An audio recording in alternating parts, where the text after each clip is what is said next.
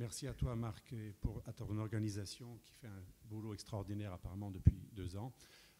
Ravi d'avoir entendu la fin d'Annie Laurent, que j'ai connue à 30 ans au Liban. Et j'ai aperçu aussi au premier rang Razika Adnani, qui va vous passionner cet après-midi. Vous m'entendez pas? Ah oui. Il faut parler très très près. Très près, d'accord. Ou alors Merci très beaucoup. fort. Voilà. Merci beaucoup. Et aujourd'hui, je vais vous parler de la question de l'islam d'un point de vue mondial et aussi d'un point de vue européen, parce que ce qui nous intéresse, c'est la France et l'Europe. Et tout d'abord, la première observation, c'est que où va l'islam? C'est une très bonne question, mais moi, avant de dire où va l'islam, je dirais plutôt déjà comment en est-on arrivé là? Alors, qu'est-ce qu'on appelle, comment en est-on arrivé là? Qu'est-ce que le là?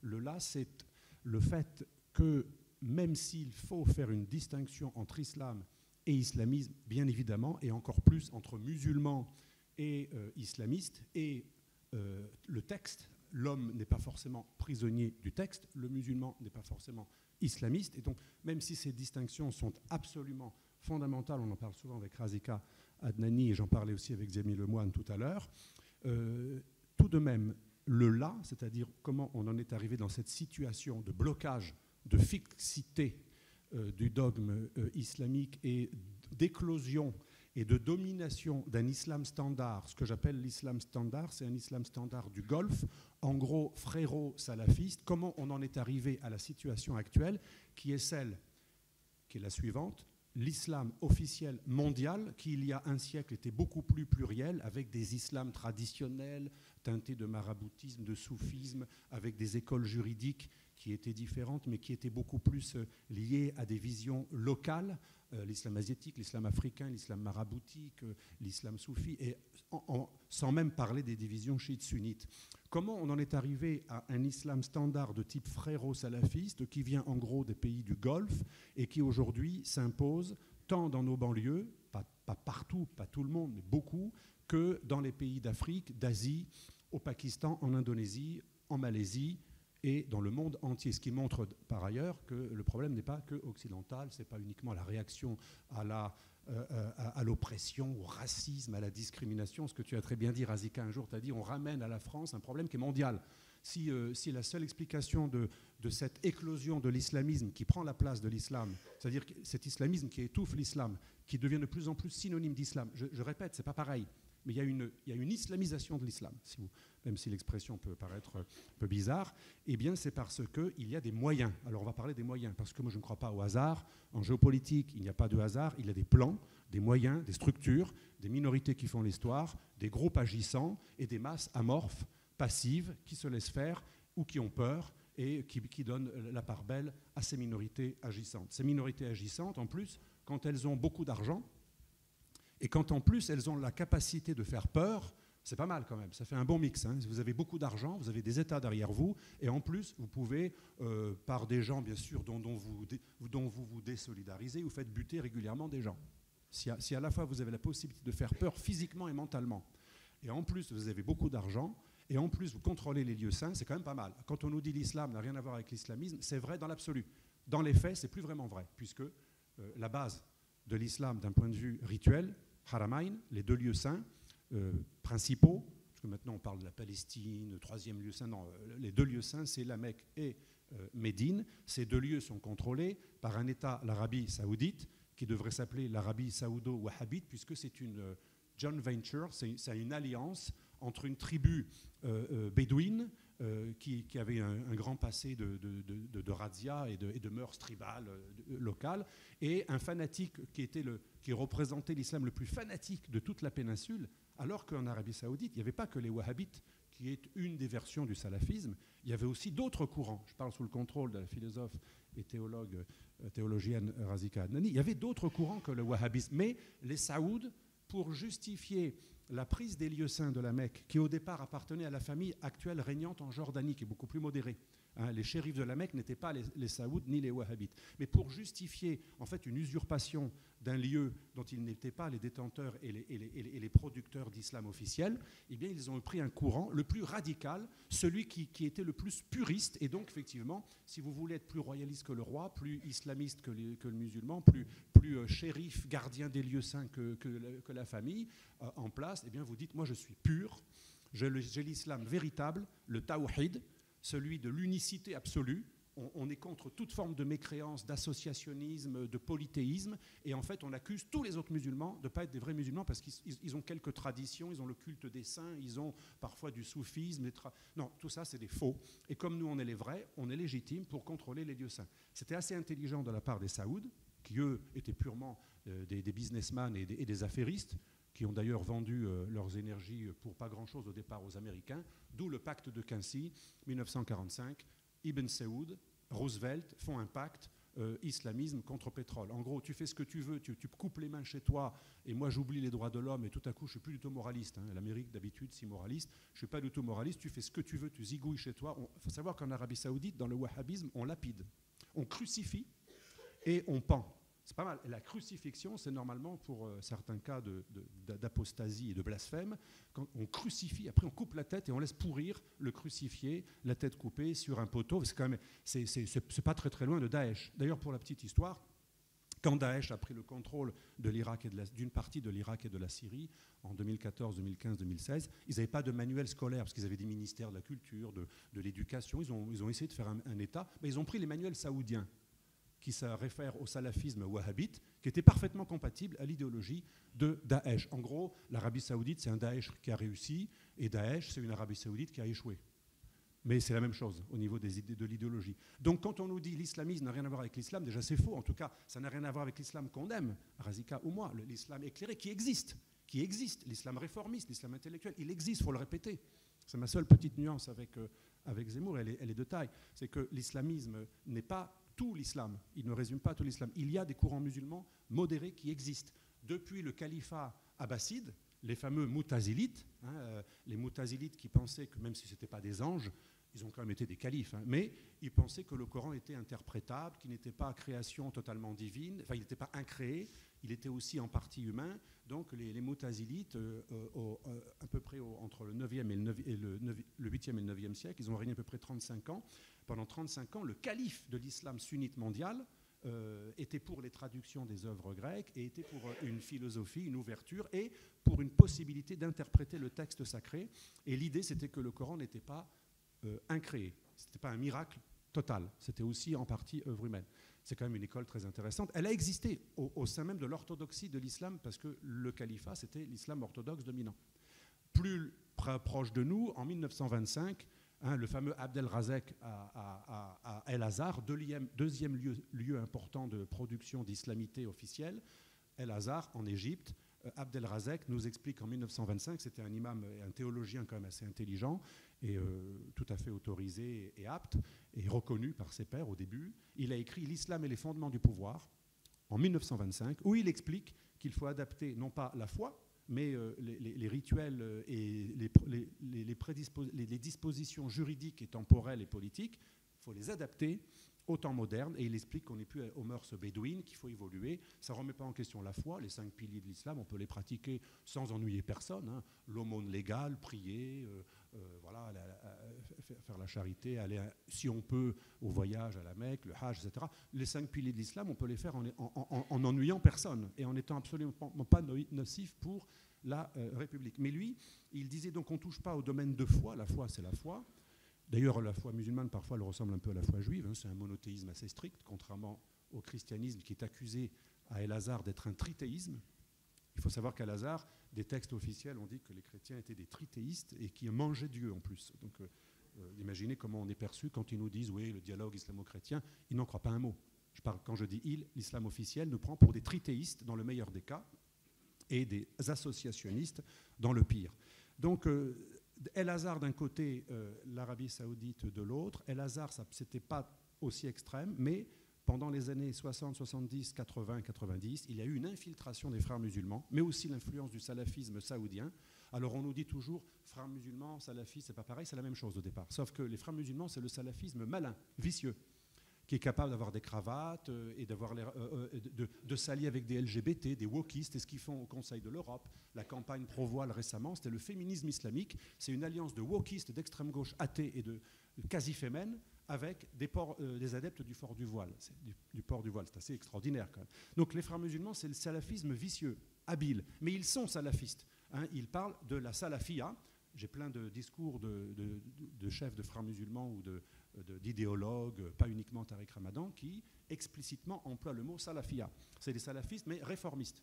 Ils veulent un salafisme adaptable, capable comme une anguille de se faufiler un peu partout, tandis que le salafisme saoudien, on pourra dire que c'est un salafisme conservateur et un peu plus étatique, lié à un pouvoir, tandis que le salafisme des frères musulmans, il est révolutionnaire, il est transnational. Et donc très compatible avec Macworld, avec le politiquement correct, d'où AJ+. Dans AJ+, c'est Internet d'Al Jazeera. Depuis des années déjà, il y a ce qu'on a vu au Conseil de l'Europe récemment, une alliance de wokistes, de LGBTistes et de port du voile. En gros, le slogan est assez habile. C'était le secret de la campagne en 2002 d'un certain Erdogan en Turquie. Il disait la mini-jupe ou le foulard islamique, chacun choisit. En gros, il était très malin. Il mettait au même plan le féminisme dénudé ou libéral et le droit au port du... En gros, c'est juste un choix. Chacun fait ce qu'il veut. Dès lors que le musulman n'est pas contaminé par les idées du non-musulman, chacun fait ce qu'il veut si chacun reste dans son quartier et ne change pas de religion. Donc c'était assez malin parce que ce relativisme a permis de faire passer, y compris chez les antiracistes, wokistes, LGBTistes, pro-trans, anti-homophobes, l'idée que le port du voile, dès lors que ce n'est pas des gens qui vous tuent, finalement c'est juste un droit à la différence. Et être contre le voile, ce serait de l'antiféminisme. Extraordinaire. Ça, c'est les frères musulmans. Donc ils sont un peu plus malins. En fait, ils sont beaucoup plus dangereux que les wahhabites francs du collier, puisqu'ils sont beaucoup plus fourbes, et ils avancent masqués, et ils sont capables, comme tous les maîtres de la manipulation, de faire des renversements, des subversions, subvertir, renverser. Et là, très grande habilité. Donc, depuis les années 70-80, on a le pôle salafiste conservateur étatique wahhabite promu par l'Arabie saoudite qui a dépensé, tenez-vous bien, 80 milliards de dollars juste pour la propagande, l'extension du salafisme wahhabite dans le monde. À Paris, 3000 m² à Mantes-la-Jolie, c'est le siège de la Ligue islamique mondiale, qui est l'officielle organisation des Saoudiens pour promouvoir le salafisme wahhabite. Mais c'est le salafisme. C'est-à-dire que le salafisme s'est étendu officiellement dans nos pays avec l'accord de nos hommes politiques, de nos pouvoirs. En Belgique, ils ont 2500 m² à Bruxelles. Ils ont des sièges européens et dans les grandes capitales, à Londres aussi. Ils ont des grandes mosquées à Londres, à Paris, à Rome, la mosquée de Monte Antene. C'est une mosquée faite par la Ligue islamique mondiale, qui a été dirigé un temps par un ancien ambassadeur converti en Arabie saoudite parce qu'il a été acheté quand il était ambassadeur dans l'Italie en Arabie saoudite. Donc en plus, l'argent, ça compte quand même. Ça compte, c'est pas tout, mais ça compte. Et donc ce salafisme saoudien officiel a été officiellement, il a pignon sur rue, il a été officiellement distillé dans nos démocraties. La Ligue islamique mondiale, donc, elle a dépensé, selon un calcul de la fille de l'ancien ministre du pétrole saoudien. C'est intéressant. Elle a fait un calcul qui a été vérifié par le Trésor américain. Après le 11 septembre, il y a eu plein d'études. 80 milliards de dollars pour répandre en 45 ans, sur 45 ans, l'idéologie islamiste, c'est 7 fois plus que tout le budget de l'Union soviétique pour répandre le communisme dans le monde pendant la guerre froide. Pas mal quand même. 7 fois plus. C'est-à-dire que les salafistes, à eux seuls, sans parler des frères musulmans, du tabligh, du miligulush turc, juste les fréristes, non, les salafistes saoudiens wahhabites, 80 milliards de dollars pour développer leur islam standard en Afrique, en Malaisie, en Indonésie, ce qui explique qu'en Afghanistan ou en Malaisie, vous aviez des filles en mini-jupe ou des gens très laïcards. En Indonésie, vous vous rappelez l'Indonésie des non-alignés, c'était presque Tito, c'était très laïcisant, socialisant. L'Algérie aussi, ton pays d'origine, c'était quand même... Moi, je vois des photos des années 60, tout le monde n'était pas dévoilé, ça c'est faux. Il y avait encore des fichus traditionnels. Mais il y avait la possibilité d'être beaucoup plus laïque qu'aujourd'hui, où aujourd'hui, en Algérie, c'est 35% des mosquées qui sont contrôlées par des salafistes. Il y a aussi des frères musulmans, puis il y a aussi l'islam d'État. Donc, il y a une salafisation des esprits du Maghreb en Afrique noire. Regardez le Mali, ce qui est devenu le Mali. Le Mali, le Burkina Faso, où il y avait un islam soufi, maraboutique, teinté de superstitions locales africaines. Aujourd'hui, il y a une éradication de cet islam-là. Les salafistes, quand ils prennent, qui sont quand même des locaux, mais convertis à cet islam standard, qui est venu d'Arabie saoudite, et quand ils prennent des villages, ils zigouillent tout ce qui est soufi, marabout. C'est leur pire ennemi. Avant même de s'en prendre aux chrétiens, ils s'en prennent aux mauvais musulmans. Donc cet islam standard, il procède par la diplomatie des pays qui ont pignon sur rue, à qui nous devons des choses, nous sommes obligés par eux, et nos élites sont souvent achetées. C'est l'Arabie saoudite, c'est la Ligue islamique mondiale. C'est également des organisations comme l'organisation de la coopération islamique, 57 pays musulmans, la seconde plus grande organisation mondiale après l'ONU. Imagine le budget, quand on sait que c'est le Pakistan, mais surtout l'Arabie Saoudite, le Qatar qui sont derrière, et aussi la Turquie d'Erdogan. Un de ses fonctionnaires a longtemps présidé l'OCI.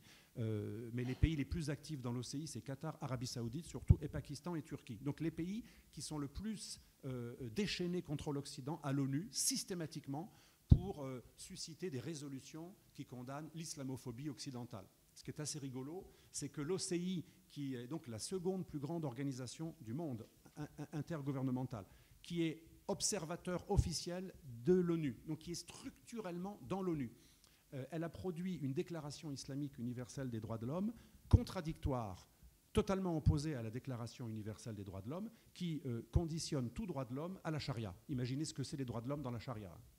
C'est-à-dire, déjà, il précise d'ailleurs, on a le droit d'exercer librement sa religion à condition qu'un musulman ne change pas de religion. Ce que la charia punit de peine de mort. C'est assez orwellien. Les droits de l'homme conditionnés par la charia, et pas la charia par exemple des Alévis ou des babakouls de l'islam bektashi albanais qui mangent du porc. Non, non. La charia des Saoudiens salafistes. Imaginez ce que c'est que les droits de l'homme dans le salafisme.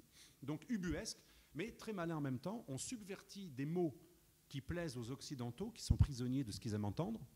Et du coup, on est agréé, on est observateur officiel, et on a même une déclaration islamique universelle des droits de l'homme reconnue par les Nations Unies comme l'une des déclarations des droits de l'homme dans le patrimoine onusien des droits de l'homme.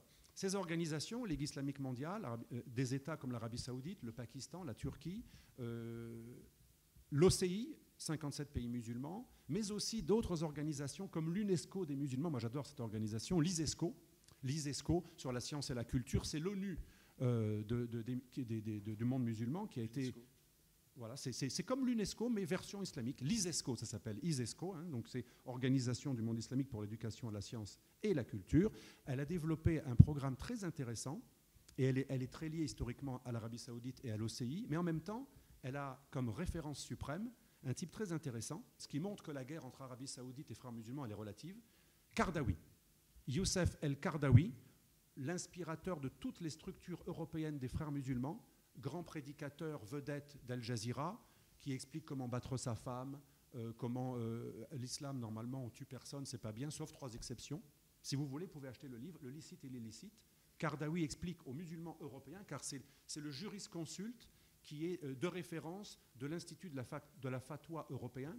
C'est aussi le jurisconsulte de référence de Saint-Léger du Fourgeret, l'université des sciences humaines de Saint-Léger du Fourgeret à Château-Chinon, qui a été donnée sous pression de Daniel Mitterrand par Mitterrand pour 1 euro symbolique et qui forme les imams européens. Kardawi, c'est la référence suprême de l'islamisme des frères musulmans en Europe. Et il explique dans un livre en vente libre, en France, que j'ai jamais réussi à faire interdire, j'en ai parlé 2 fois à des ministres de l'Intérieur, il explique aussi qu'il y a 3 raisons pour lesquelles un musulman peut buter quelqu'un. L'adultère, le blasphémateur et l'apostat. C'est-à-dire que si on lit un texte officiel, le licite et l'illicite, de M. Kardawi, en vente libre sur Amazon, ces ouvrages, j'en ai recensé une dizaine en vente libre sur la FNAC. Il est en vente dans plusieurs librairies, les bonnes librairies islamiques le vendent. C'est la référence suprême. Son ouvrage est un best-seller dans toute l'Europe. Il s'adresse aux musulmans de l'extérieur. Et il explique que c'est pas bien de tuer quelqu'un, sauf 3 exceptions. Sympa. Et ça veut dire quoi? Si parmi ces 3 exceptions, il est bon de tuer un blasphémateur, pas besoin d'aller voir Daesh pour buter Samuel Paty il y a un peu plus d'1 an. Il suffit de lire Kardawi, qui lui est en vente libre et dont les organisations ont pignon sur rue chez nous, puisque en France, à peu près 30% des mosquées, c'est des frères musulmans. Et les mosquées des frères musulmans sont inaugurées par nos élus, de droite comme de gauche. Les frères musulmans ont pignon sur rue en France, en Grande-Bretagne. Leur nouveau guide spirituel est réfugié à Londres, capitale internationale des frères musulmans. Et les frères musulmans ont des organisations féministes et de jeunes, comme la Fémiso, dont on a parlé il y a quelques jours. C'est la fameuse organisation de jeunes frères musulmans qui a fait un atelier payé 450 millions d'euros par l'Union européenne et le Conseil de l'Europe pour faire la campagne pro-voile We Can, qui a fait... heureusement, la France est le seul pays qui a réagi et le Conseil de l'Europe a dû faire marche arrière, mais c'était une promotion du voile islamique sous couvert d'antiracisme et de lutte contre la discrimination.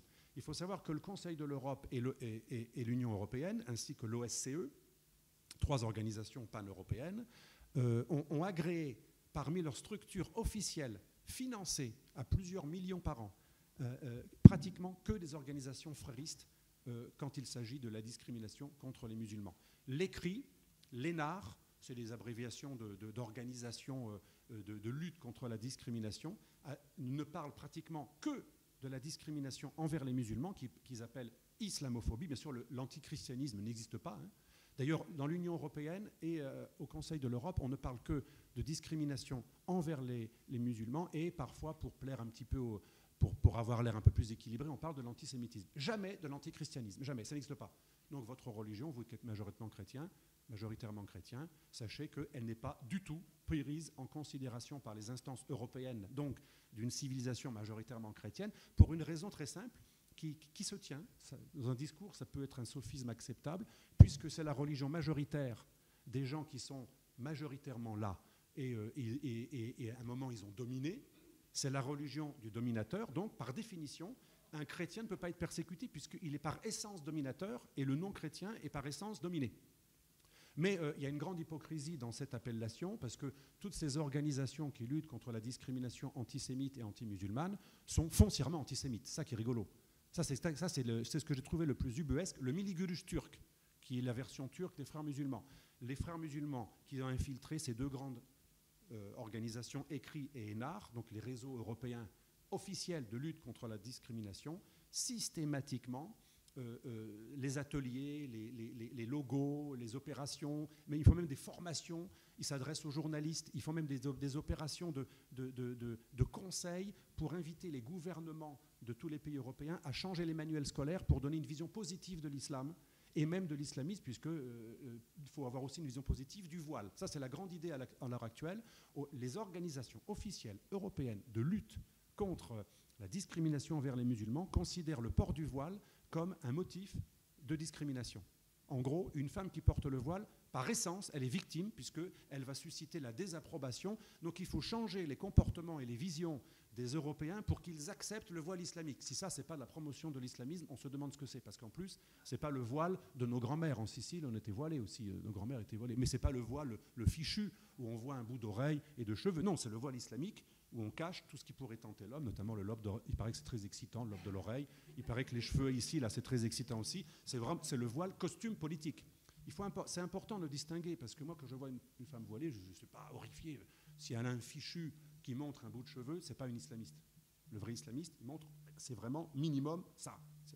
Donc même une bonne sœur chrétienne, catholique, ce n'est pas vraiment un voile. Il n'y a que les orthodoxes chrétiens qui ont des voiles très poussés. Mais ça n'a pas la même signification. Voilà, donc je sais qu'il y a deux sœurs que je salue aujourd'hui ici. Elles sont bien voilées quand même. Hein, elles sont islamiquement correctes. Vous serez peut-être épargnés. D'ailleurs, un islamiste un jour m'a dit on peut épargner une sœur à condition qu'elle ne fasse pas de prosélytisme. C'est-à-dire qu'il y a quand même des bémols. Si elle fait le moindre prosélytisme, aucune pitié. Mais si elle ne fait pas de prosélytisme, si on peut prouver qu'elle n'a aucune action prosélyte, elle peut être épargnée pendant le chemin du djihad.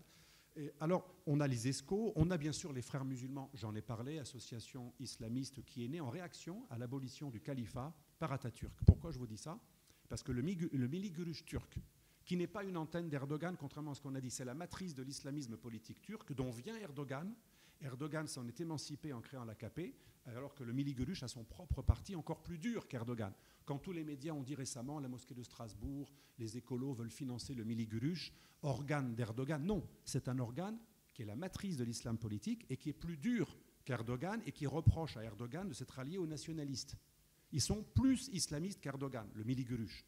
Le Milli-Görüş a comme idéologie officielle, comme les frères musulmans, une théorie très, très facile à comprendre. Le califat a été aboli par Atatürk, un mécréant, enfin un apostat d'origine albanaise mais turque, qui était d'origine alévi, Bektashi. Donc c'est un courant de l'islam très très laïque et très minoritaire.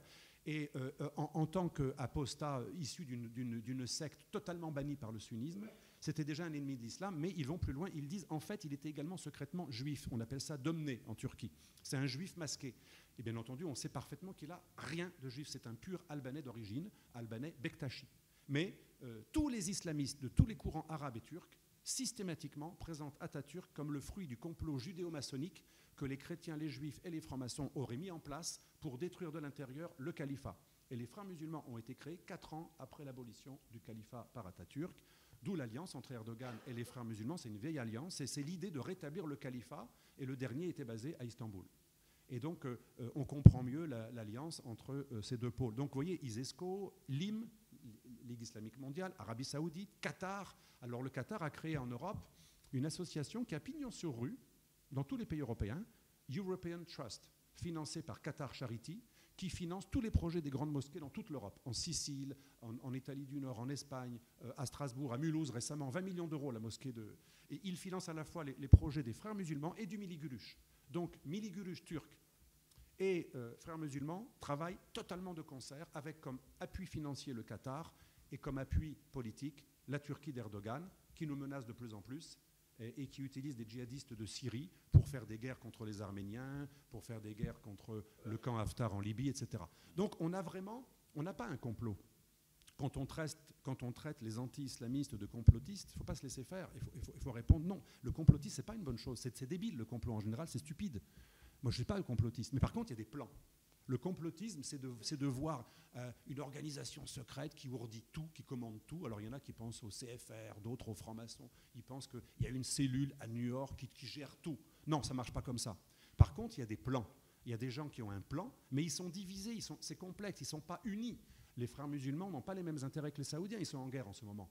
Le Tabligh est très obscurantiste, c'est une organisation indo-pakistanaise qui est également membre du CFCM en France, mais ils n'aiment pas les salafistes, qui eux-mêmes sont divisés entre salafistes, réformistes, fréristes et wahhabites.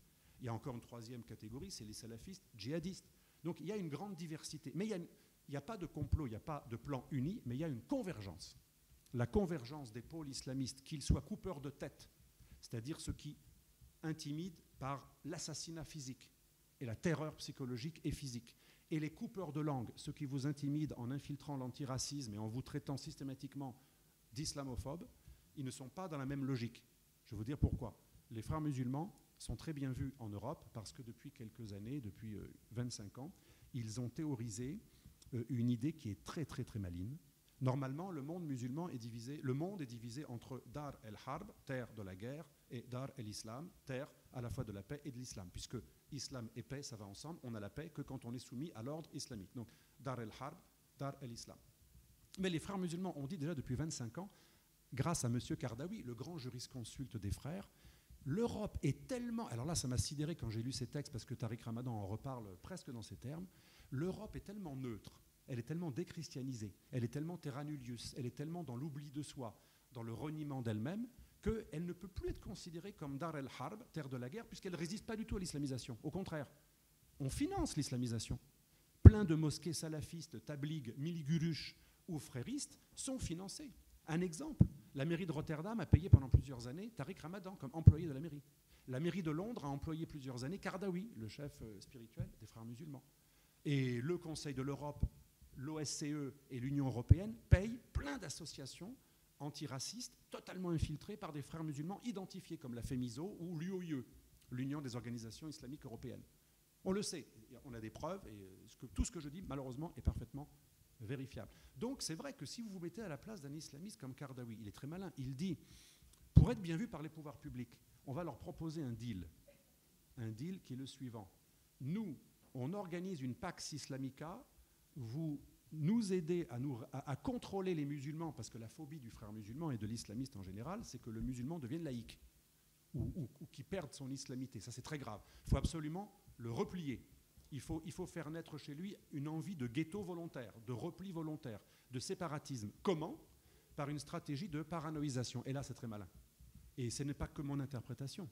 Lisez les textes de la Ligue islamique mondiale, lisez les textes de l'OCI, le lobby islamique mondial, plus grande organisation après l'ONU, agréée dans l'ONU. Lisez les textes de l'ISESCO, notamment un texte que vous connaissez probablement pour ceux qui s'intéressent, c'est la stratégie de l'action islamique culturelle à l'extérieur du monde islamique.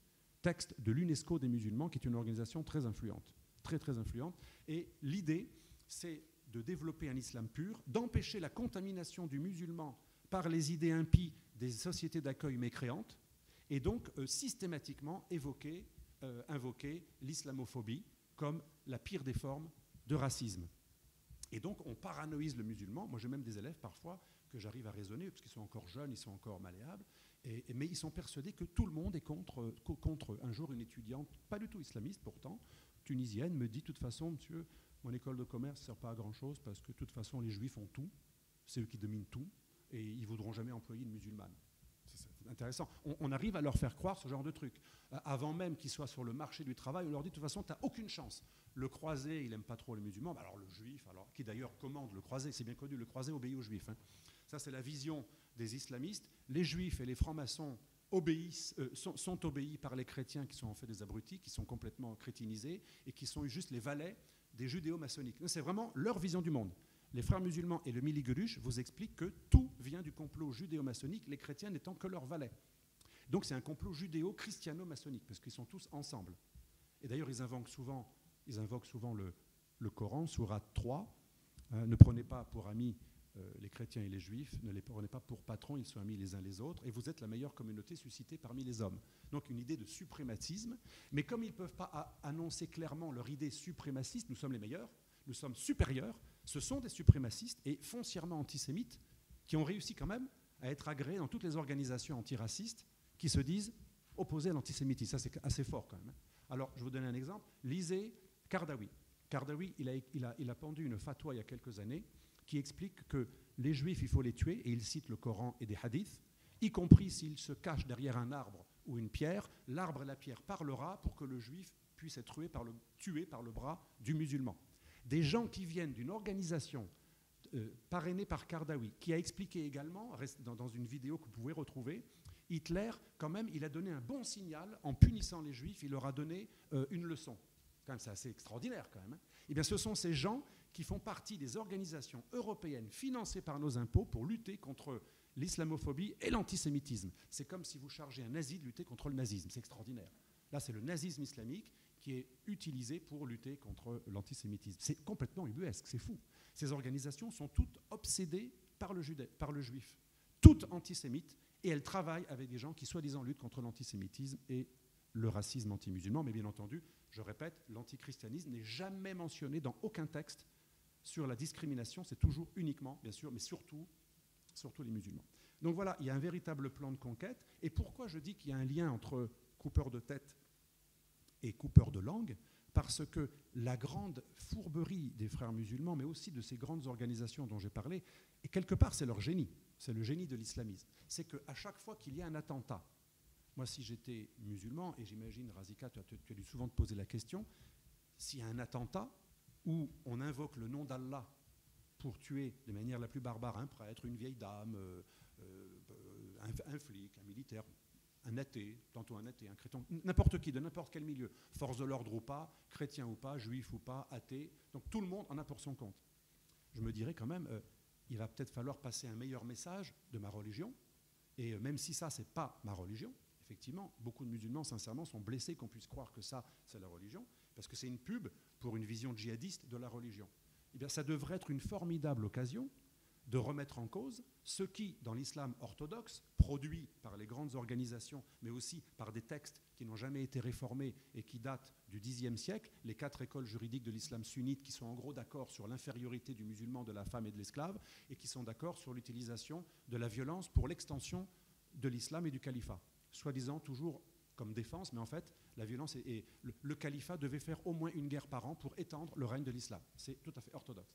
Donc, si j'étais musulman, je me dirais, chaque attentat doit être une occasion pour essayer de réduire ce qui, dans des textes, peut motiver un islamiste djihadiste. Et ce n'est pas moi qui le dis de l'extérieur.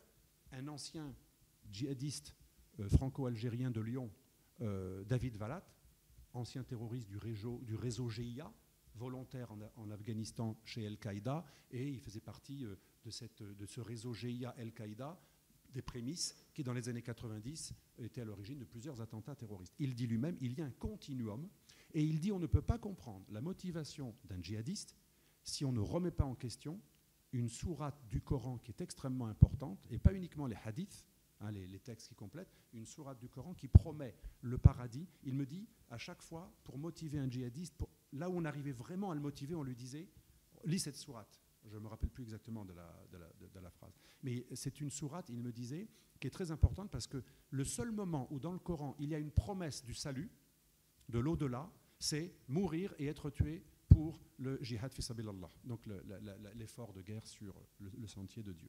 Et il disait, bien entendu, on peut le relativiser, on peut le contextualiser, voire l'interpréter, voire dire qu'on peut traduire autrement, ok.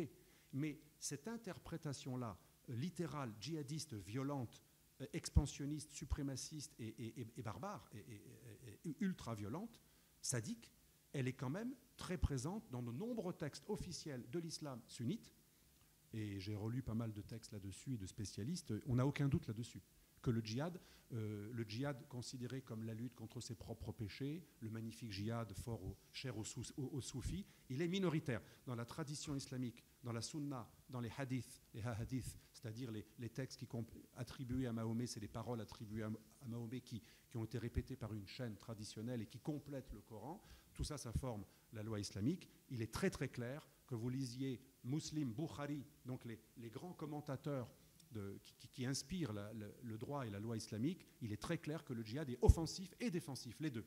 Et il est violent. Et on doit attaquer régulièrement, par embuscade ou par des guerres déclarées, de manière djihad du verbe comme djihad de la guerre, on doit harceler le mécréant jusqu'à ce que l'humanité entière soit soumise à l'ordre d'Allah. Et c'est le plan des frères musulmans. En 2001, dans l'enquête post-11 septembre, la police suisse a retrouvé un texte dans le siège, dans la maison du propriétaire de la banque des frères musulmans à Lugano, en Suisse, la Taqwa Bank, Youssef Nada. Et dans son domicile, on a retrouvé un document qui a été écrit par Saïd Ramadan, le père de Tariq Ramadan, l'homme qui a instauré les frères en Europe dans les années 60, qui avait été envoyé directement par son beau-père, Hassan al-Banna, le créateur des frères musulmans. Que dit Saïd Ramadan dans cet opuscule de 19 pages? Exactement ce que dit l'ISESCO, un plan d'action pour développer l'islam à l'extérieur du monde musulman, essayer de faire en sorte que les minorités musulmanes ne s'intègrent pas. Si elles sont intégrées, il faut les désassimiler en les paranoïsant, en disant toujours qu'ils sont entourés d'ennemis pour qu'eux-mêmes créent un repli, et faire en sorte que ce noyau dur qui se replie pour ne pas être contaminé, d'une pierre deux coups, devienne un jour un noyau d'expansion pour islamiser l'Europe dans une logique de conquête. Et ce plan rappelle que l'objectif, le tamkin des frères musulmans, c'est la domination planétaire, c'est-à-dire le retour d'un califat qui sera la domination, alors ils disent, pour que les lois de Dieu règnent sur toute la planète. C'est le terme officiel employé dans ce document, le projet, 19 pages, retrouvé par la police suisse dans la Taqwa Bank. C'est très intéressant parce que ça correspond aussi aux 50 propositions de Hassan al-Banna, le créateur des frères musulmans, donc le beau-père du monsieur qui a écrit le projet. Et dans les 50 propositions, pareil, culte du djihad, valorisation absolue de la violence islamique pour étendre le règne de Dieu sur la terre, y compris par le fait de tuer et être tué, valorisation absolue, djihad comme pratiquement 6e pilier. Pour la petite histoire, le créateur du djihadisme moderne, sunnite, parce qu'il existe aussi chez les chiites, chez les sunnites, c'est Saïd Qutb, qui était le plus grand idéologue des frères, Saïd Qutb, Q-U-T-B, qui était le plus grand idéologue des frères, qui a tenu la revue des frères musulmans, et qui aurait pu être guide, qui était le plus grand idéologue des frères juste après Hassan al-Banna et avant Kardawi et avant Saïd Ramadan. C'est le père du djihadisme. Il est cité dans tous les textes qui montrent la généalogie du djihadisme. Donc, ce qui est extraordinaire, une organisation violente dont une branche terroriste s'appelle le Hamas en Palestine, qui a inauguré l'attentat suicide chez les sunnites. Parce que vous le saviez, le côté kamikaze, ça vient des chiites au départ. Mais ça a été repris par les sunnites au contact entre le Liban et la Palestine, quand il y a eu une transmission de ce modus operandi au Hamas et au djihad islamique. Et ensuite, ça a été repris par Al-Qaïda et c'est devenu un modus opératoire de toutes les organisations islamistes sunnites. Donc une organisation qui est antisémite, complotiste, anti-occidentale. Saïd Ramadan, quand il a créé les frères musulmans en Suisse, avec le centre islamique de Genève, il avait une revue qui insultait systématiquement l'Occident. La police suisse voulait l'expulser à plusieurs reprises. Il n'a jamais été expulsable pour 2 raisons. Et là, c'est très fort. Au niveau associatif, des professeurs de gauche et des intellectuels de gauche et des médias de gauche le défendaient systématiquement en faisant tout un tollé Comme Tariq Ramadan, quand la DST l'avait interdit, c'était Mitterrand, c'était Daniel Mitterrand, déjà, elle, c'était Schwarzenberg, c'était Edgar Morin qui faisait des pétitions. D'ailleurs, on a supprimé l'interdiction de présence sur le sol français de Ramadan au bout d'1 an. Donc à chaque fois, ces types sont défendus par des militants d'extrême gauche qui les présentent comme le droit à la différence, comme des versions un peu barbues de l'exotisme tiers-mondiste. Mais en même temps, la CIA qui a fait des pressions à l'époque sur la Suisse pour ne pas extrader vers l'Égypte qui voulait le tuer, Saïd Ramadan, parce qu'il était utile. À l'époque, la CIA disait « c'est bien qu'il y ait une base en Occident des frères musulmans parce que nous, on a besoin d'eux pour lutter contre le communisme ». On retrouve les contradictions de la géostratégie occidentale. Ça nous ramène à l'Afghanistan. Les frères musulmans ont recruté partout dans le monde des gens qu'on a envoyés en Afghanistan. Ça a été l'origine de la base. Al-Qaïda, c'était la base, des recrutés, des volontaires. Les frères musulmans recrutés, l'Arabie saoudite payée et la CIA équipée avec 1000 missiles Stinger. Ça a été l'origine du djihadisme, je dirais, stratégique. Donc vous voyez, tout cela, ça vient de très loin. Il y a des organisations, il y a des États qui sont derrière. La Turquie, elle a financé Al-Qaïda et Daesh en Syrie. Elle les utilise aussi en Libye et en Azerbaïdjan. Aujourd'hui encore, l'Arménie est attaquée par des djihadistes syriens qui sont affrétés par une agence de mercenaires turcs qui s'appelle l'agence Sadat, du général turc Tanri Verdi. Donc tout ça, vous voyez, il y a un lien. On a des États qui sont coupeurs de langue, comme la Turquie, qui agissent au sein de l'Union européenne et du Conseil de l'Europe pour faire des pressions pour qu'on adopte des lois qui luttent contre l'islamophobie. Mais en même temps, ils ont aussi une main parfois dans le djihad. On a des États comme le Pakistan, la Turquie, l'Arabie saoudite et le Qatar qui ont une main dans l'officiel, dans l'islam institutionnel mondial, dont j'ai parlé tout à l'heure, que ce soit les lieux saints, El Azhar, l'université de l'Égypte, etc., et une main dans le djihadisme. Les Afghans, talibans, ont été adoubés par le Qatar qui a fait le lien entre les Américains et les talibans pour ce fameux processus de retrait américain en Afghanistan et de passation des pouvoirs aux talibans. Donc on a des États vraiment qui sont totalement schizophrènes et c'est pour ça que je soutiens qu'il ne faut pas séparer totalement la stratégie des djihadistes coupeurs de tête et des islamistes institutionnels coupeurs de langue, c'est ce qu'ils veulent nous faire taire en nous traitant de racistes, parce que même s'ils n'ont pas la même stratégie, les frères musulmans ont fait croire qu'en Europe ils étaient pacifistes et c'est pour ça qu'ils ont pignon sur rue. Même certains services secrets suédois, anglais ont beaucoup cru en cette idée que puisque les frères musulmans ne considèrent plus l'Europe comme Dar el-Harb, terre de la guerre, mais terre de l'annonce, de da'wa, ou terre de la shahada, du témoignage. Ah, c'est merveilleux, c'est des belles phrases. C'est sûr que quand on dit « vous n'êtes plus terre de la guerre, vous êtes terre de l'annonce, du témoignage », en gros, vous êtes une terre où on a décidé d'être foncièrement pacifique. Et donc, ils ont un bras dans le terrorisme. Al-Qaïda a été créé par un frère musulman, Azzam, le maître de Ben Laden. Ben Laden était influencé par les frères musulmans. Leur référence était un frère musulman, Sayyid Qutb. Le Hamas est la première organisation djihadiste suicidaire.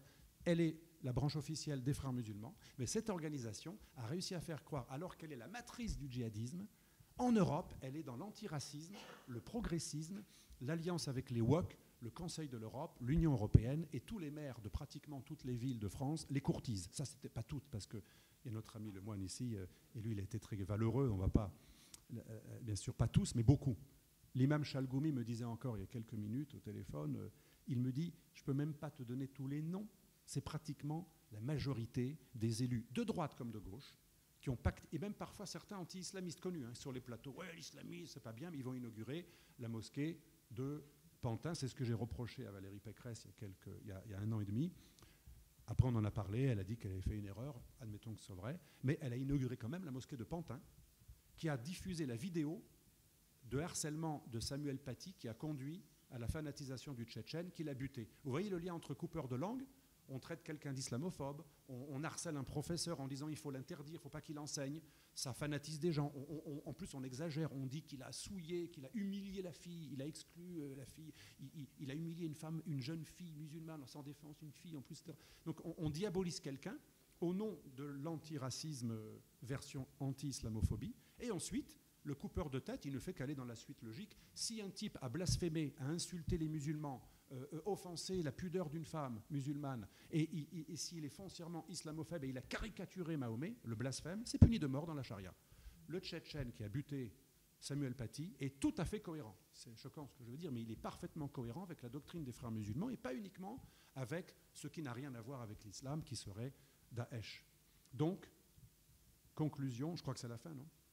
Il me reste combien de temps? Tu peux encore un peu, si tu veux. Oui. Après, on peut faire des questions. Voilà, oui, après on va faire des questions. Conclusion, on a un plan, on a des États, on a des plans. C'est pour ça que je ne suis pas complotiste, c'est plusieurs plans, apparemment différents, parfois convergents, parfois ennemis. Parfois, ils se font la guerre. Je me rappelle la guerre pour le contrôle du halal. Le halal, c'est intéressant. Ça permet de faire un repli communautaire, puisqu'on ne mange pas comme les autres, mais en même temps, c'est du business. La guerre du halal, je me rappelle, l'imam de la mosquée de Paris, Boubaker, m'avait raconté qu'on avait énucléé un type dans le cadre de la guerre du halal, lorsque les frères musulmans voulaient gagner le terrain. Au départ, le ministère de l'Agriculture et de la Justice n'avait agréé que la mosquée de Paris pour le halal. Et la mosquée de Paris a une vision assez, quand même, correcte, modérée. Mais les frères musulmans savaient que c'était un moyen pour le repli communautaire, mais aussi d'autofinancement, pour ne plus dépendre uniquement de l'étranger. C'est important, l'autofinancement. Il y a eu la guerre du halal. Il y a eu des règlements de compte dignes de voyous, où les types, dans un hangar près de la mosquée de Paris, dans un garage, le type a été énuclé.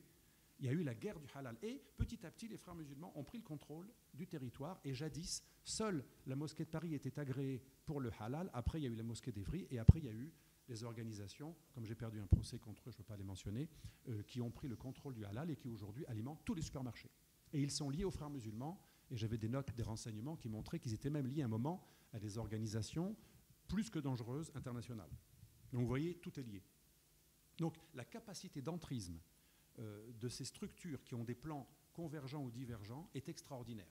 Ils n'ont pas toujours les mêmes intérêts. Les Saoudiens, les Turcs, les Qataris, les frères musulmans, le Tabligh c'est indo-pakistanais, le Jamaat islami aussi c'est indo-pakistanais. Ils n'ont pas tous les mêmes intérêts. Parfois même à l'intérieur d'une même organisation, l'UOIF, musulmans de France, il y a des divergences entre des types qui continuent à être presque djihadistes et Tarek Oubrou, à l'entendre, il est carrément réformiste. À entendre Tarek Oubrou, il est presque, bientôt il sera apostat. Bon, il est sûr que lui, il voit surtout son intérêt, son business. Quelque part, Sarko n'avait pas tort quand il disait un type, quand il commence à avoir des intérêts, il est un peu plus malléable idéologiquement. Parce que le confort, c'est Paris vaut bien une messe, etc. Donc, et le pouvoir. Mais moi, je soupçonne ces gens de pratiquer la taqiyya parce qu'on a une certitude, c'est que Tarek Oubrou, il n'a pas quitté la mouvance des frères musulmans, tout en disant qu'il ne l'est pas. Alors, ce qui est extraordinaire chez les frères musulmans, ils ne le sont pas. Ils sont wokistes, antiracistes, pro-LGBT, progressistes, judéophiles, etc. Mais ils arrivent à vous faire croire qu'ils sont tout ça, qu'ils ont totalement changé, pourquoi pas, tout en restant dans l'organisation qui est liée à une structure qui dit qu'il faut buter les juifs, les mécréants, les apostats, les adultères. C'est extraordinaire. Et tout en continuant à dire du bien de Kardawi, qui dit les raisons pour lesquelles on peut buter 3 catégories de personnes, blasphémateurs, apostats et adultères. Donc c'est une capacité au mensonge qui est extraordinaire et qui est commune aussi aux coupeurs de tête. Les djihadistes, devant un juge, ils vont vous dire, déjà ils vont nier, comme le type qui est pris en flagrant délit par sa femme, vous savez, c'est pas ce que tu crois, etc. Ils vont nier. Quand ils nient pas, après ils font croire que tout à coup ils ont changé. Et il y a des juges assez naïfs pour les croire. C'est pour ça qu'on a des terroristes, on en a beaucoup qui ont été libérés par anticipation. On a des juges d'application des peines qui les ont libérés 3 ans plus tôt, etc. Ils ont cru à leur sort net. Un djihadiste a même le droit, comme un frère musulman, c'est la version russe de guerre de la taqiyya, chez les sunnites c'est plutôt russe de guerre, c'est l'idée que le mensonge n'est pas qu'une défense comme chez les chiites. La taqiyya au départ c'était plutôt une défense de survie. Le mensonge est une arme de guerre comme une arme de guerre. Ça fait partie de la guerre. La ruse, c'est la moitié de la guerre. C'est selon une prophétie, selon une parole attribuée à Mahomet. Donc la ruse de guerre est fondamentale. La ruse de guerre est une arme offensive que l'on peut utiliser même jusqu'à renier sa foi. Un islamiste a le droit de faire croire qu'il est devenu athée devant un juge ou un bar pour aller commettre un attentat. Il est rasé, il fume du joint, il va draguer une mécréante et il va boire de l'alcool et manger du porc. Il a le droit de renier totalement. Il peut même dire qu'il n'est pas musulman, voire même, il a même le droit même d'insulter sa propre religion pour faire vraiment croire que vraiment il n'a plus rien à voir. Et après il se fait sauter. Ou alors après il infiltre, comme ceux qui vont séduire les LGBTistes, ou comme Tarek Oubrou qui a séduit Juppé et qui aujourd'hui, vous le voyez, c'est l'homme le plus tolérant qui soit dans l'islam de France, mais il est toujours membre de l'association qui est la branche française des frères musulmans. C'est extraordinaire quand même. C'est comme si vous vous dites totalement antifasciste, mais vous êtes toujours membre du Movimento Sociale Italiano, qui est la structure italienne officielle du mouvement fasciste. Donc on a affaire à des gens, finalement, c'est double. En même temps, ils nous mentent, mais en même temps, ils annoncent la couleur. Ils nous mentent parce que, comme dans la chanson de Lio, on aime entendre ce qui nous fait plaisir. Ils savent qu'en disant des mots antiracisme, droit à la différence, on va être séduit, droit de l'homme, hein, le voile et la mini-jupe, c'est les droits de l'homme, disait Erdogan. Les droits de l'homme, c'est pouvoir choisir entre le voile et la mini-jupe. Ils disent des mots qu'on aime entendre, alors on est dupé et on croit qu'ils sont devenus progressistes, mais sans renier les textes obscurantistes, totalitaires et violents de l'organisation dont ils font partie. Ça, c'est extraordinaire quand même. Hein. C'est extraordinaire. C'est comme si vous êtes mouvement d'une structure, par exemple, nazifiante, et vous dites que vous avez des objectifs et des idées totalement différentes de cette organisation, mais vous en êtes membre. Et vous ne reniez même pas les textes, vous ne dites même pas qu'Alfred Rosenberg et Mein Kampf, c'était déplorable. C'est très très fort. Et donc finalement, c'est l'occidental le coupable. Et je conclurai sur ma première expérience au Liban. J'avais rencontré Annie Laurent à l'époque. Parce que moi j'étais très curieux, je découvrais pas mal de choses, je faisais un mémoire de sciences politiques, et je dis à un ami libanais, quelle est la façon dont les Arabes, pas que les Libanais chrétiens, mais les musulmans et les Arabes, les vrais Arabes, enfin le Proche-Orient et le monde arabe avec toute sa littérature, son histoire, comment vous voyez l'occidental? Quel est le mot qui pour vous définit le plus l'occidental? Et ce qui m'a beaucoup amusé, je croyais qu'il allait dire croisée, domination, colonialisme, etc. Non, il m'a dit le mot basit, simplet, naïf. Et ça m'est souvent arrivé d'entendre, en gros, d'ailleurs, il y a même une expression tunisienne, mon père a vécu longtemps en Tunisie, comme beaucoup de Siciliens, je ne la répéterai pas tellement qu'elle est vulgaire, mais la façon dont le Tunisien de souche décrivait le français, je ne peux même pas vous dire l'expression arabe tellement qu'elle est d'une violence inouïe et extrêmement vulgaire. En gros, je vais vous le dire de manière la moins vulgaire possible, c'est celui qui aime se faire mettre et qui vous aide à le faire. Je m'excuse, c'est une expression très connue que tous les Tunisiens connaissent. Ne parlons pas d'autres expressions. Donc en gros, l'occidental qui bat sa culpe en permanence et qui est culpabilisé et qui par cette culpabilisation laisse faire les coupeurs de langue, qui eux-mêmes, et là c'est vraiment la conclusion qui montre qu'on est naïf de manière incroyable, le génie des coupeurs de langue, c'est qu'à chaque attentat, plutôt que de se remettre en question et d'interpeller leur texte qui prévoit la violence, ils disent, à chaque fois qu'on parle du djihadisme, c'est la preuve que vous êtes islamophobe. C'est extraordinaire. On tue au nom de l'islam, mais le fait d'en parler déjà, c'est de l'islamophobie. À l'ONU, au Conseil de l'Europe, dans l'Union européenne, à l'OSCE, dans toutes les organisations qui financent ces campagnes, comme la campagne du voile récemment, l'idée de base, moi j'ai lu beaucoup de leurs textes, comment ils définissent l'islamophobie? S'ils avaient dit c'est la haine envers les musulmans, ça aurait été le mauvais mot, mais ça aurait été déplorable. La haine physique envers les musulmans, bien sûr, c'est déplorable. Ou le mépris du musulman parce qu'il est né musulman ou parce qu'il a un nom musulman. Non, ils définissent l'islamophobie essentiellement, et là c'est extraordinaire, comme le fait pour une femme qui porte le voile est forcément victime d'une islamophobie structurelle. C'est-à-dire qu'ils ne s'encombrent pas de preuves. Ils ne donnent pas des exemples de femmes insultées ou frappées. C'est que dans la société ambiante, le non-dit va être une mauvaise perception négative de cette femme qui donc aura des problèmes structurels. C'est la fameuse idée du racisme structurel qui est géniale parce que pas besoin de prouver qu'il y a du racisme. On dit c'est diffus. C'est pas dit, mais c'est évident. C'est pour ça qu'ils n'ont pas et c'est pour ça qu'ils n'ont pas d'emploi. Et l'autre définition de l'islamophobie qu'on retrouve dans tous leurs textes récents, l'islamophobie commence quand il y a une médiatisation des attentats islamistes et lorsque des mécréants, ou même parfois des musulmans modérés, osent faire le lien entre l'attentat qui a eu lieu, le dernier égorgement, et la religion musulmane. Ce n'est pas le fait de dire tous les musulmans sont djihadistes, ça ce serait bien sûr pas sympathique et islamophobe. Non, le simple fait de parler du djihadisme et de ne pas dire extrémisme violent, c'est de l'islamophobie. C'est pour ça que l'ONU et le Conseil de l'Europe, aujourd'hui, disent qu'il faut inviter les médias et les politiques et les analystes à ne plus jamais employer le mot islam associé à djihad ou violence ou terrorisme. Il faut dire l'extrémisme violent. L'extrémisme violent, il ne faut pas qu'il y ait le moindre lien avec cette religion comme si ça venait de nulle part. Et en plus, il noie systématiquement le poisson, systématiquement l'extrémisme violent qui n'a rien à voir même pas avec le salafisme, le wahhabisme ou l'islamisme, c'est surgi de nulle part, c'est du nihilisme, eh bien, il est totalement sui generis et il n'a absolument rien à voir avec aucune civilisation, aucun pays, aucune religion, même pas la tendance intégriste de l'islam. C'est extraordinaire. Et le fait de dire que ça, c'est pas vrai, si vous dites l'extrémisme violent islamiste est lié à une lecture de l'islam qui est celle du salafisme ou du frérisme, et il y a dans l'islam officiel, pas tout, mais une partie de l'islam officiel qui adhère à cette idée du suprémacisme islamiste et de l'autorisation d'être violent pour étendre ou défendre le règne de l'islam, eh bien vous êtes islamophobe. Donc ils ont réussi à faire passer le djihadisme comme une opportunité pour susciter la lutte contre l'islamophobie. Un exemple, parce qu'il faut toujours des exemples, 2017, attentat à Barcelone, 13 morts. Que fait la mairie de Barcelone le lendemain ? Elle décide d'un coup de faire une proposition qui va être votée quelques jours plus tard pour que la mairie de Barcelone, de Madame Ada Colau, multiplie par 3 l'aide financière à l'association locale des frères musulmans qui a infiltré une structure de lutte contre l'islamophobie. Et on voit les pancartes, moi j'ai les photos, je le montre dans toutes mes conférences quand j'ai des slides. Donc c'est extraordinaire, on tue des Espagnols. La revendication de Daesh, ce n'était pas la guerre en Irak, parce que c'était depuis longtemps fini. C'était il faut que l'Espagne redevienne islamique. C'était la revendication officielle de Daesh. L'Espagne doit revenir à El Andalus, parce que Barcelone faisait partie de El Andalus.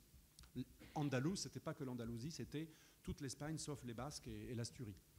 Donc l'Espagne est attaquée par un attentat dont le but, le motif, c'était l'Espagne doit devenir islamique, elle doit se soumettre à l'islam et redevenir une colonie du califat islamique. Et la réponse du mécréant qui dirige la région de Barcelone et la ville de Barcelone, c'est financer les frères musulmans qui sont la matrice de ce même djihadisme. Extraordinaire. Moi, je dis bravo. Si j'étais un islamiste militant, je dirais c'est le génie de l'islamisme. On les frappe et ils nous payent pour faire des propagandes, pour les accuser d'être islamophobes. Je les bute parce qu'ils sont des mécréants, je les bute parce que je n'aime pas ce qu'ils sont pour ce qu'ils sont, et ils s'excusent d'être ce qu'ils sont le lendemain de les avoir agressés. C'est extraordinaire. C'est digne. Là, on n'est plus dans la géopolitique, on est dans la psychiatrie de groupe. C'est psychiatrique. Nous sommes malades. L'Occident est complètement malade. Il est culpabilisé jusqu'à la moelle. La culpabilisation de l'Occident est une pathologie collective extrêmement grave. D'ailleurs, quand vous parlez à un psychiatre ou à un psychanalyste, souvent, il vous raconte que beaucoup de patients subissent des problèmes, sont harcelés, attirent des prédateurs parce qu'ils sont culpabilisés. La culpabilisation est une arme de guerre pour l'ennemi. C'est une faiblesse tentatrice. Et quand l'Europe finance la lutte contre l'islamophobie et les frères musulmans, en plus, il y a encore, à la limite, si la lutte contre l'islamophobie était organisée par des soufis super modérés, comme Cher Bentounès, que j'aime beaucoup, qui est un homme extrêmement, ou même Chalgoumi, ou à la limite, on se dirait, bon, c'est pas vrai qu'on est islamophobe, mais ces mecs sont sincères. Non, c'est les islamistes en plus qui sont payés pour lutter contre l'islamophobie, avec nos impôts. C'est extraordinaire. Moi, j'avoue, je suis encore émerveillé. Après 20 ans, j'arrive toujours pas à comprendre à quel point on a pu gober ça. Et personne ne dit... Un autre exemple. Après le Bataclan, qu'est-ce que fait le gouvernement Hollande ? Avec vos impôts, 250 millions d'euros, on finance un... Non, je crois même que c'est plus, mais vous pourrez vérifier, peut-être 500. On finance un clip vidéo où on voit un franchouillard bien français avec une tête pur porc, bien petit blanc, haineux, avec un regard vraiment le sale mec, on a envie de lui foutre un coup de poing dans la figure, et une gentille musulmane voilée passe, et dans la rue, bien sûr, c'est des lâches, parce qu'ils sont 10, elle est toute seule, c'est même pas un mec musulman, c'est une fille, et il commence à la frapper, il l'insulte et il la frappe. Et le clip finit, à la fin du clip, c'est écrit, ça commence par des mots, ça finit par des actes, et après c'est la mort. Donc en gros, l'idée, on est attaqué au Bataclan, quelques mois après avoir été attaqué à Charlie Hebdo, il y a eu plein de morts, et avec vos impôts, on finance un clip totalement ubuesque qui décrit un truc faux, que les femmes musulmanes seraient agressées par le franchouillard violent qui fait des ratonnades. Extraordinaire. Mais c'est fantastique. Mais mettez-vous à la place de l'islamiste djihadiste ou frère musulman, il dit, mais leur connerie est telle que c'est fou. Finalement, le vieux proverbe tunisien, excusez-moi, c'est vulgaire, mais je ne vous dirai pas les mots exacts, mais qui est très connu à Tunis, ils vous aident à les mettre. Ils se font mettre et ils donnent la main pour les aider. C'est d'une violence inouïe, mais c'est malheureusement ce que nos ennemis pensent, et je vais vous choquer, ils ont raison de le penser. Parce que nous sommes totalement suicidaires, ethnomasochistes. Et donc la réponse, là c'est la fin de la conclusion, il faut quand même être optimiste. Heureusement, j'en parlais avec Xavier Lemoine, moi je pense que ce n'est pas du tout une majorité de musulmans. Mais ce qui est vrai, c'est que la majorité des musulmans ne sont probablement pas du tout des islamistes politiques. Moi je vois mes élèves musulmans, ils ne connaissent rien à l'islam déjà.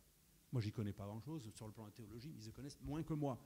Ils ne connaissent pas leur religion. Et d'ailleurs, ils ont une vision souvent assez sympathique, parce qu'ils ne connaissent même pas les textes qui sont durs envers les 3 grandes inégalités, l'esclave, la femme et le non-musulman. Heureusement. Donc, bien entendu, la plupart ne sont pas islamistes, la plupart. Mais la plupart des organisations qui les représentent sont islamistes. Ça, c'est grave. Si encore, il n'y avait qu'une organisation sur 10 dans le Conseil français du culte musulman, ou au niveau européen, ou en Suède, en Angleterre. Moi, j'ai fait le tour de toute l'Europe. À part l'Autriche qui commence à prendre des mesures, tous les pays occidentaux n'ont donné comme espace de représentation des musulmans que une marge de manœuvre à des islamistes. Le Tabligh indo-pakistanais, le Jama islami indo-pakistanais en Angleterre, en Hollande, etc. Les frères musulmans en France, en Amérique, en Angleterre, les salafistes wahhabites qui ont pignon sur rue, et le Millî-Görüş turc, et l'islam turc d'État du Diyanet, qui est concurrent mais proche au niveau idéologique, c'est-à-dire l'islam d'Erdogan. Et ces pôles turco-pakistano-fréristes et salafistes dominent l'essentiel de l'islam européen. En France, il y a une petite résistance du côté de l'Algérie. Je ne suis pas payé par l'Algérie, mais il faut avouer que la mosquée de Paris, c'est le moins extrême, avec quelques imams totalement isolés comme Chalgoumi, qui est d'ailleurs menacé de mort tous les jours. Le vendredi, il me raconte, depuis des années, il a des gens qui viennent hurler « on va te buter », des mecs militants du Hamas. Il faut savoir que le maire de Saint-Denis a comme photo dans son bureau, me disait-il tout à l'heure, un des cadres du Hamas qui a buté plein de gens, qui a recruté des djihadistes. On a des maires élus en France qui sont les admirateurs d'un mouvement terroriste frères musulmans. Donc c'est une minorité qui tient l'islam de France, qui est plus l'islam en France que l'islam de France. Il n'y a pas d'islam de France, à part quelques figures isolées. Mais la bonne nouvelle, c'est que la majorité des musulmans pourraient très bien accepter un islam apaisé, privatisable, c'est-à-dire de la foi. L'imam Boubacar de la mosquée de Paris me disait souvent, un musulman, pour être élu au paradis, il a besoin juste de respecter les 5 piliers. Les 5 piliers, il n'y a pas le djihad dedans, dans les 5 piliers. C'est la foi, c'est la charité, c'est un rituel qui est assez proche d'ailleurs du judaïsme. On pourrait faire de l'islam une religion assez proche du judaïsme, c'est-à-dire une religion ritualiste, ce qui est différent du christianisme, mais encadrée et qui pourrait enlever tout ce qui n'est pas essentiel. Tout ce qui n'est pas essentiel pour les 5 piliers, qui sont la seule condition pour être reconnu musulman, on pourrait l'enlever. Les mosquées cathédrales, les piscines séparées, les exceptions juridiques, non. Ce n'est pas du tout nécessaire pour être un bon musulman. Et donc, il y a une bonne nouvelle. On pourrait faire un islam de France. Pour l'instant, on a un islam en France qui est un islam soit des ingérences étrangères, soit d'organisations islamistes, malheureusement de plus en plus autochtones, autofinancées. C'est-à-dire que quand Sarkozy disait « le problème, c'est l'islam étranger, et après ça va », n'importe quoi. C'est pour ça qu'il a mis les frères musulmans à la tête du Conseil français du culte musulman, parce que pour lui, il les avait rencontrés, on en avait parlé ensemble d'ailleurs, il était tout content. Il dit, les frères musulmans, c'est un islam local. La plupart, c'est les Français 3e génération. De plus en plus, ils sont autofinancés par le halal et les dons des fidèles. Le Qatar, il finance que quelques grands projets. C'est un islam autochtone de la 3e génération. Mais moi, je préfère à la limite un islam algérien de Boubacar qui était payé par l'Algérie, mais qui était assez éclairé, plutôt qu'un islam bien français d'un salafiste de Brest, par exemple l'imam de Brest qui disait que ceux qui écoutent de la musique iront en enfer. Alors lui, il était bien français, 3e génération, il n'était même pas algérien, il était français, etc. De Brest, bretonnisant. Il a même un diplôme de laïcité. Parce que quand il a été puni, on l'a encouragé à faire un diplôme à l'université de Bretagne pour avoir un diplôme de référent laïque. C'est quand même génial, c'est dire un salafiste pur. Hein. Donc on a un islam de France totalement gangréné par des islamistes, à part le pôle de résistance de la mosquée de Paris, plus ou moins, mais quoique, ils ont reçu les frères musulmans encore hier. Donc même eux, ils ne sont pas frères musulmans, ils les détestent en privé, mais ils sont obligés de composer parce qu'il y a la peur aussi. Il y a la peur.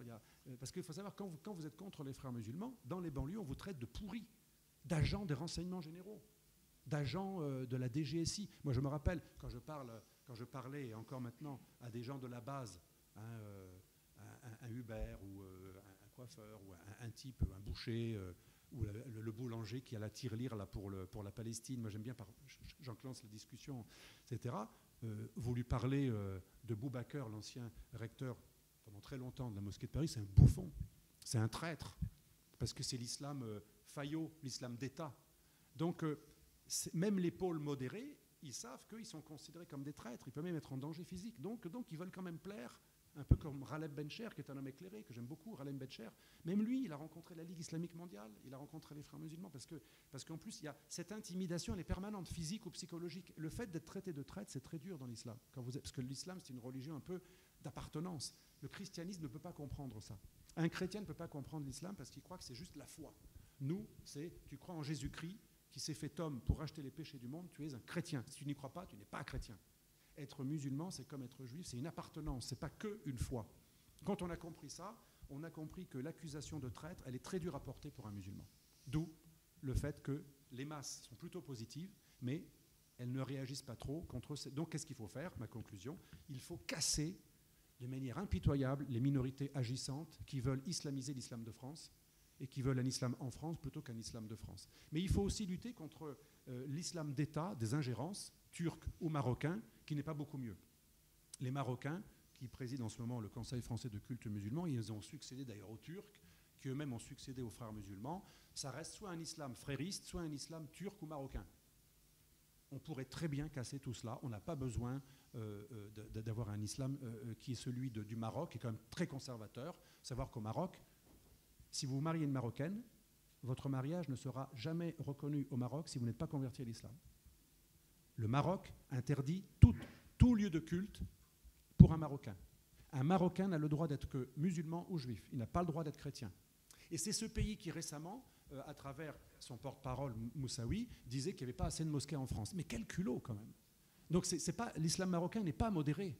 Quel culot. On interdit à tout Marocain le droit de choisir la religion chrétienne. Les églises ne sont réservées qu'aux touristes et aux coopérants et aux immigrés européens. Mais un Marocain n'a pas le droit d'être ouvertement chrétien. Il est sanctionné. Les pasteurs sont expulsés ou emprisonnés. Pareil en Algérie, depuis Bouteflika, ils ont fait plein de lois qui durcissent la lutte. Donc ce sont des pays, même ceux qui ne sont pas islamistes, c'est ma vraie conclusion, des pays qui ne sont même pas vraiment islamistes, comme les pays du Maghreb, ils se permettent de dire qu'on est victime d'islamophobie en Europe, qu'il n'y a pas assez de mosquées en Europe, mais dans leur pays, dans tous leurs pays, ils condamnent les prêtres, les missionnaires et tous ceux qui veulent se convertir à l'islam. Et c'est dangereux physiquement par rapport au groupe islamiste, et c'est même dangereux pénalement, puisque vous pouvez finir avec des amendes et des peines de prison. Donc il est temps qu'on soit un peu moins bassite, comme disait ce Libanais, un peu moins naïf, qu'on redevienne, et je vous assure, on sera beaucoup plus respecté. Moi, quand je parle avec des interlocuteurs, même qataris, un jour le numéro 2 de l'ambassade du Qatar me parlait avec moi parce qu'il n'était pas content de ce que j'avais dit sur son pays, puis à la fin il me dit finalement vous êtes un ennemi, mais finalement vous êtes respectable parce que contrairement à tous ceux qui nous ont demandé plein d'argent, notamment plein de députés, au moins bon, vous n'êtes pas venu nous demander de l'argent pour ensuite nous critiquer, etc. parce que c'était le cas. Là j'avais assez honte de notre classe dirigeante. Donc voilà, on peut être moins naïf et croyez-moi, on sera beaucoup plus respecté par des pays qui sont très identitaires si nous on est identitaires.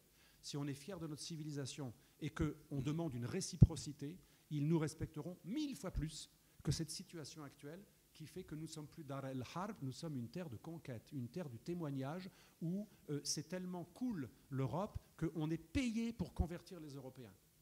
Et en plus, l'Européen, malgré cela, il nous paye, mais il s'excuse quand même de ne pas être islamophobe. Alors qu'on ne dit rien sur la Chine ou l'Inde qui ont massacré plein de musulmans. Donc, croyez-moi, ils le savent très bien. Et quand Pasqua, et là vraiment c'est le dernier mot, quand Pasqua avait rencontré son interlocuteur, je le dis tout le temps parce que c'est intéressant, dans les années 90, il avait été brièvement ministre de l'Intérieur, et je lui avais dit comment vous avez fait quand vous étiez ministre de l'Intérieur, à un moment le salafisme n'a plus été financé, la Ligue islamique mondiale ne donnait plus d'argent, il n'y avait plus d'argent pour les mosquées qui venaient d'Arabie Saoudite. Il m'a dit tout simplement, je lui ai demandé à mon interlocuteur, je suis allé le voir et j'ai dit, tu n'aimerais pas que je finance des églises chez toi? Non. Et ben moi, je suis comme toi. Toi, tu es un bédouin, moi, je suis un berger corse. On se comprend. Ça ne me fait pas plaisir que tu finances des mosquées chez moi. Et il m'a raconté, mon interlocuteur était même presque agréablement surpris. Pas de problème, mon frère. C'est parce que mon frère... Demain, il n'y a plus aucun financement. Et effectivement, pendant 2 ans, il n'y avait pas de financement. Ça veut dire qu'on n'a même pas demandé à ces gens de nous respecter. Et ils auraient tort de se priver, finalement. Là, je vais les défendre. Ils auraient tort de se priver. Voilà. Merci.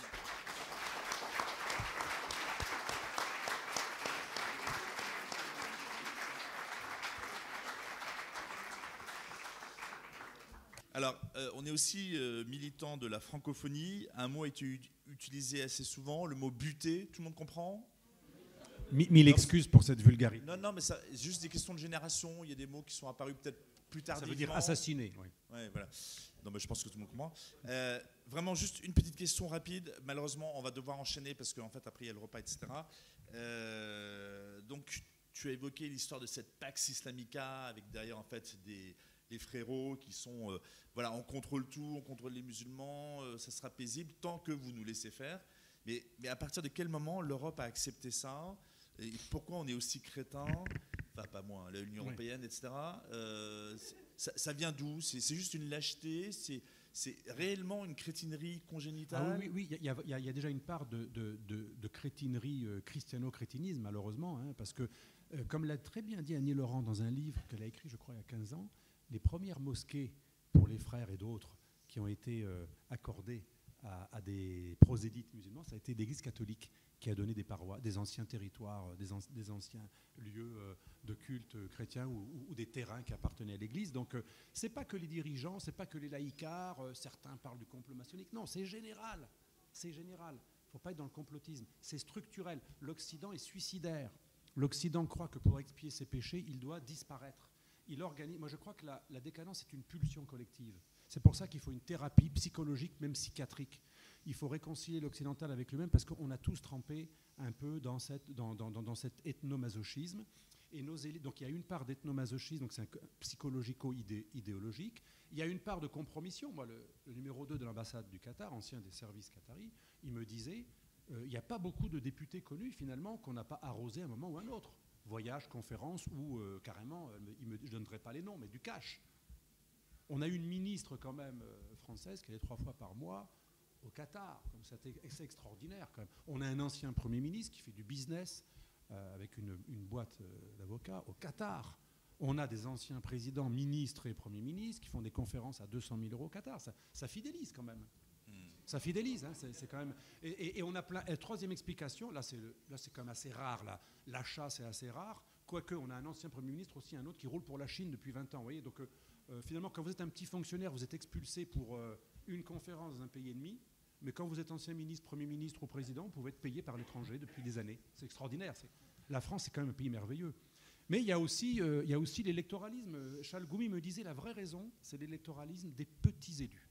Le petit élu, je vais vous donner une anecdote, paix à son âme, mais, parce qu'il est mort, Éric Raoult, pas le professeur, mais l'ancien ministre, que je connaissais bien, j'étais allé en Israël avec lui, je savais qu'il était très voltairien, plutôt laïcard, républicain, Voltaire, libéral.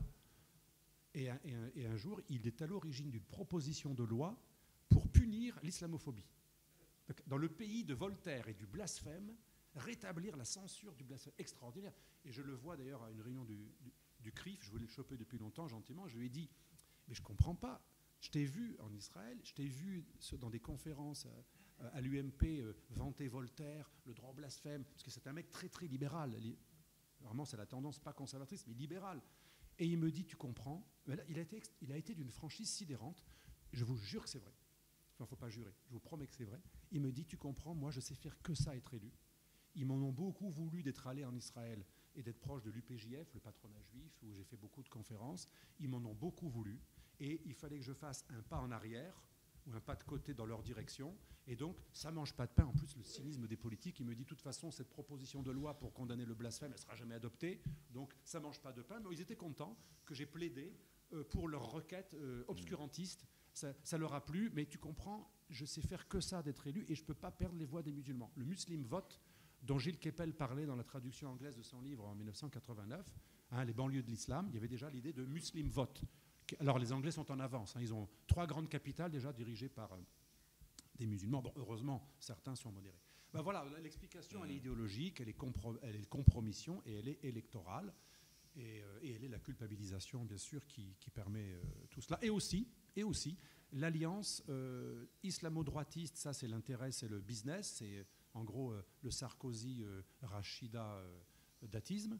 Et il y a aussi l'islamo-gauchisme, qui lui est idéologique, ça a été théorisé par les trotskistes depuis les années 80, une alliance révolutionnaire contre l'occidental ONI, qui est le même profil d'ailleurs que les wokistes, qui ne condamnent que le machisme blanc, judéo-chrétien et jamais le machisme islamique. Donc il y a aussi des dimensions d'alliance cyniques, tactiques ou stratégiques assez contradictoires.